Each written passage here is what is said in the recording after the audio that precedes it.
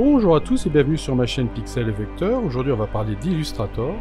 Je vais vous montrer donc une méthode un peu différente pour modifier les couleurs d'une illustration. On a vu la semaine dernière qu'on pouvait travailler avec le nuancier, tout sélectionner avec un POMA ou un CTRL A pour les PC, venir ici et lui demander une groupe de couleurs. Et là, de cocher illustration sélectionnée, convertir les couleurs quadrillées en couleurs personnalisées, inclure les nuances et faire OK. Et vous allez voir apparaître ici un dossier qui va comprendre vos couleurs globales qui concernent l'illustration. OK, très bien. Mais on sait qu'on peut aussi passer par la petite roue qui est ici. Donc je pourrais très bien cliquer ici. Et là, cliquer sur Options avancées. Avoir modifié ici, et là vous voyez j'ai la couleur primaire, la couleur qui va, en fait qui est la couleur leader, on va dire, la couleur maître, qui va être en premier, et je vais pouvoir la faire tourner, et les autres couleurs, qui sont les couleurs secondaires, vont tourner en même temps. Donc si j'appuie sur la touche majuscule pour que ça ne bouge pas, ça ne change pas la densité, ou la saturation et la luminosité, je bouge comme ça, et vous voyez que je peux très bien le bouger, lâcher, vous voyez que je peux avoir comme ça une autre possibilité de couleur. Le truc, c'est que, ok, j'ai la possibilité, effectivement, d'enregistrer, vous voyez, un groupe de couleurs, super, bon, très bien, et je vais faire ok là-dessus, mais l'inconvénient, c'est que les couleurs-là, bah, elles ne sont pas globales et que je ne sais pas à quoi elles consistent.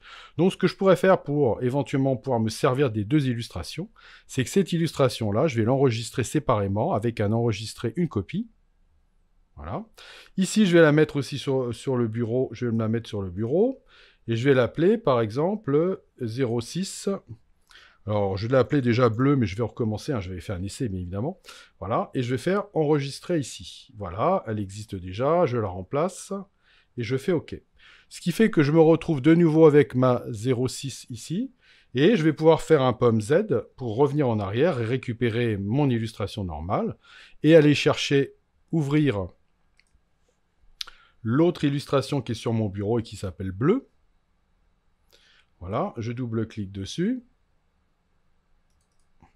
Voilà, et je vais lui dire de... Bon, pour l'instant, je vais le laisser comme ça. Voilà, et je me retrouve avec mes deux illustrations, celle-là et celle-là. Sauf que celle-là, bah, je n'ai toujours pas... vous voyez, je ne sais pas où est-ce qu'est le bleu, où est-ce qu'est le rose, etc. Donc, je vais refaire la même chose, un POMA. Et là, je vais lui dire que je voudrais faire un nouveau groupe. Et vous voyez qu'il est déjà là. Je vais l'appeler bleu, le groupe en question. Je vais faire OK là-dessus. Et je vais me retrouver, vous voyez, avec mon groupe avec des couleurs globales, ce qui fait que je vais pouvoir jeter ce groupe-là. Je vais aussi pouvoir jeter ce groupe-là qui ne me servira plus à rien. Et là, je vais avoir une illustration avec un groupe où je sais à quoi correspond chacune des couleurs. Vous voyez que si je désélectionne et que je double-clique sur cette couleur-là, voilà, je vais vous montrer que cette couleur-là, elle concerne... Voilà, vous voyez, si je fais ça, vous voyez, ça concerne bien tout ça. Voilà, oui, il n'y a pas de problème. Donc, vous voyez, je sais exactement par là. Et puis, quand je viens sur l'autre, eh bien, j'ai mon illustration de base et je vais pouvoir faire comme ça des variantes.